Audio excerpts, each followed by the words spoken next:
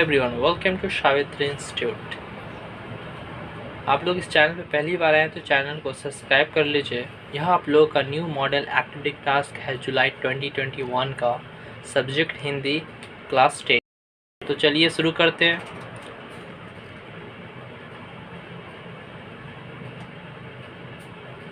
पहला क्वेश्चन है, निम्नलिखित प्रश्नों के उत्तर यथा निर्देश लिखें। ठीक है, तो क नंबर है, नीर का निर्माण फिर पाठ के आधार पर निम्नलिखित प्रश्नों के उत्तर सही विकल्प चुनकर दीजिए, यानी एमसीक्यू दिया हुआ है। ठीक है, पहला नंबर है, नीर का निर्माण फिर कविता में बार बार आह्वान किया गया है। ठीक है, यहाँ पे 5 ऑप्शन इसमें। ठीक है, पहला ऑप्शन है विनाश का, दूसरा तूफान का, तीसरा सृष्टि का, चौथा अंधेरा का, पांचवा नेह का। तो इसका सही आंसर होगा नेह का। ठीक है,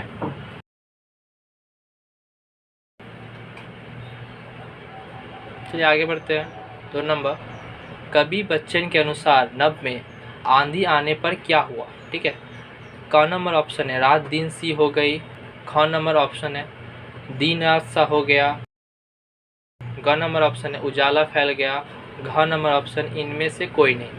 तो इसका सही आंसर होगा ख, दिन रात सा हो गया। ठीक है, आगे बढ़ते हैं। 3 नंबर, कवि के अनुसार क्रुद्ध नभ के व्रज दंतों में मुस्कुरा रही है। ठीक है, क नंबर ऑप्शन है संध्या, ख नंबर ऑप्शन है गोधूली, ग ऑप्शन है उषा, घ ऑप्शन है इनमें से कोई नहीं। इसका सही आंसर होगा ग, उषा। ठीक है, ख नंबर पे आते हैं, नौबत खाने में इबादत निबंध के आधार पर नीचे लिखे प्रश्नों के उत्तर सही विकल्प चुनकर दीजिए, यानी कि इसमें भी एमसीक्यू दिया गया। ठीक है, तो पहला क्वेश्चन है अमीरुद्दीन कौन थे। तो क नंबर ऑप्शन है बिस्मिल्लाह खां का पुत्र, ख नंबर ऑप्शन है स्वयं बिस्मिल्लाह खां, ग नंबर ऑप्शन है बिस्मिल्लाह खां का पोता, घ नंबर है इनमें से कोई नहीं। तो इसका सही आंसर होगा ख, स्वयं बिस्मिल्लाह खां। ठीक है,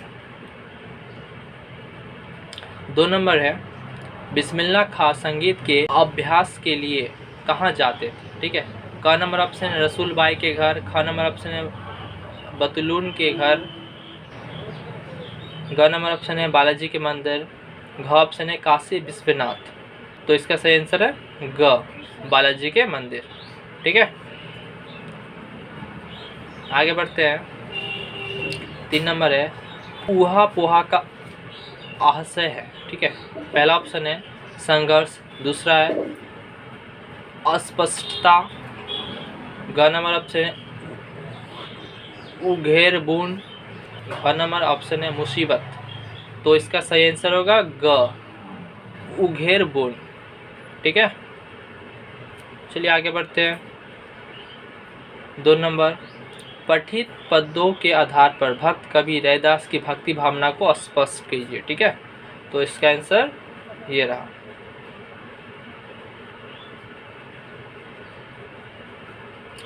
शुरू कीजिएगा यहाँ से। ठीक है, यहाँ से लेकर तो यहाँ पे कुछ पॉइंट्स दिए गए हैं, जैसे कि पहला पॉइंट है कसबरबाद का विश्वास। ठीक है,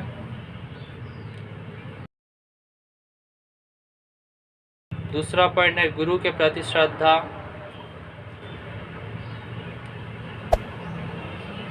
तीसरा पॉइंट है धार्मिक आडंबरों का विरोध, चौथा पॉइंट है ईश्वर की व्यापकता पर विश्वास, पांचवा पॉइंट है दास्य भाव। तो यहाँ तक लिखिएगा। ठीक है, अगर आप लोग अभी तक हमारे YouTube चैनल को सब्सक्राइब नहीं किए तो सब्सक्राइब कर लीजिए, लाइक्स कर दीजिए। चलिए आगे बढ़ते हैं। तो नेक्स्ट क्वेश्चन है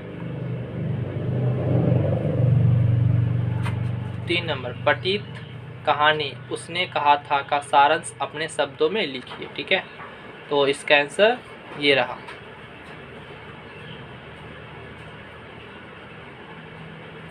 ठीक है, यहाँ से शुरू कीजिएगा, पठित कहानी उसने कहा था का सारांश। ठीक है, यहाँ से लिखना स्टार्ट कीजिएगा।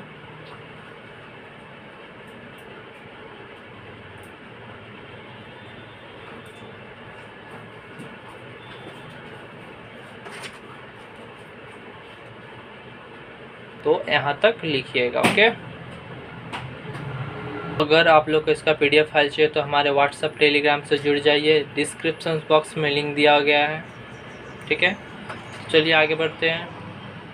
नेक्स्ट क्वेश्चन है 4 नंबर, चप्पल कहानी के प्रमुख पात्र रंगिया के चरित्र चित्रण कीजिए। ठीक है, तो इसका आंसर ये रहा।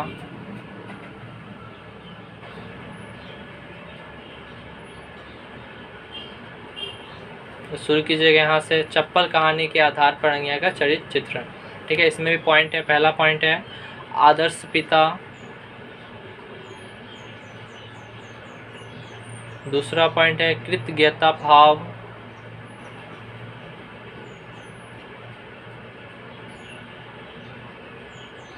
तीसरा पॉइंट है श्रद्धा एवं विश्वास की प्रतिमूर्ति,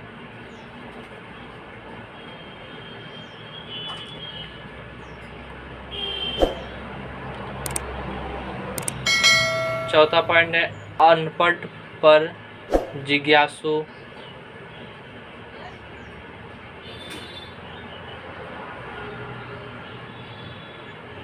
पांचवा पॉइंट है सलाहकार,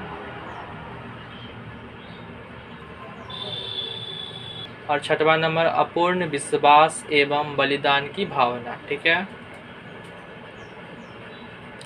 तो इसका आंसर लिखिएगा यहाँ तक। ठीक है, चलिए नेक्स्ट पे आते हैं। नेक्स्ट क्वेश्चन है 5वां नंबर, दीपदान एकांकी के उद्देश्य को स्पष्ट करते हुए उसके शीर्षक की सार्थकता पर विचार प्रस्तुत कीजिए। ठीक है, तो इसका आंसर ये रहा 5वां का। यहाँ से शुरू कीजिएगा, दीपदान एकांकी के उद्देश्य को स्पष्ट करते हुए इसके शीर्षक की सार्थकता पर विचार। ठीक है, ये पहले दिया गया है उद्देश्य। ठीक है,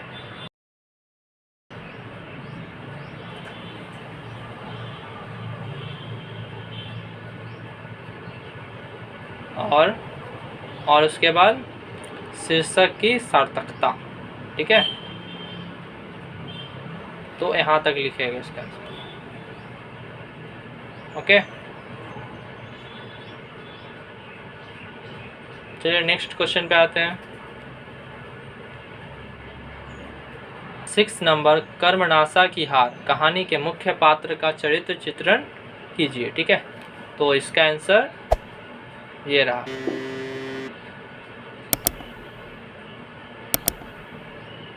तो यहाँ से शुरू कीजिएगा, कर्मनाशा की हार कहानी के मुख्य पात्र का चरित्र चित्रण।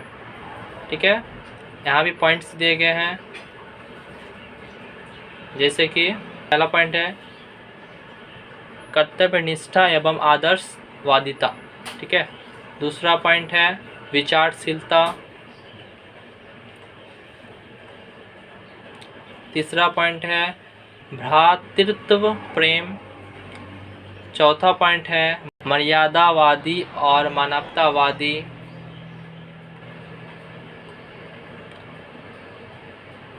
और 5वां पॉइंट है प्रगतिशीलता,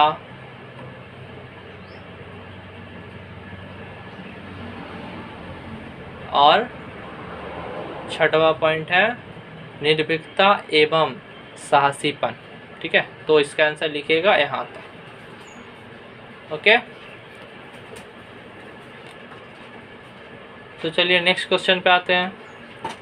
नेक्स्ट क्वेश्चन है हिंदी में अनुवाद कीजिए। ये आप लोगों को इंग्लिश में दिया गया है, इसे हिंदी में आप लोग को अनुवाद करना है।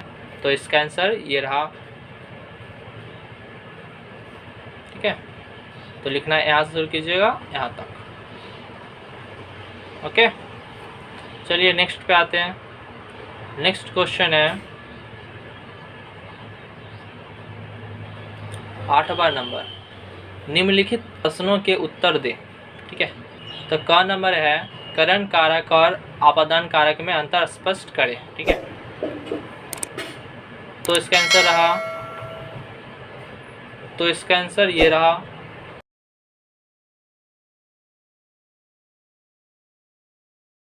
तो यहाँ से शुरू कीजिएगा, करण कारक और आपादान कारक में अंतर। ठीक है, यहाँ तक लिखिएगा।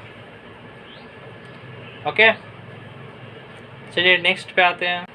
नेक्स्ट है ख नंबर, वाक्य किसे कहते हैं, अर्थ के आधार पर वाक्य के भेदों को लिखें। ठीक है, अगर आप लोग अभी तक हमारे YouTube चैनल को सब्सक्राइब नहीं किया तो सब्सक्राइब कर लीजिए, लाइक्स कर दीजिए।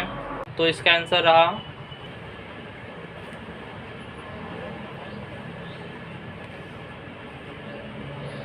यहाँ से शुरू कीजिएगा वाक्य का परिभाषा। ठीक है, उसके आगे अर्थ के आधार पर वाक्य के भेद। अर्थ के आधार पर 8 प्रकार के वाक्य होते हैं। ठीक है, जैसे पहला नंबर है विधानवाचक वाक्य, दूसरा निषेधवाचक वाक्य,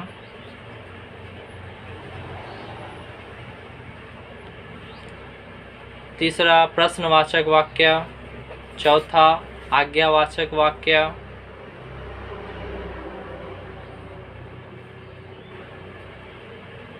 पांचवा विषम या द्विबोधक वाक्य,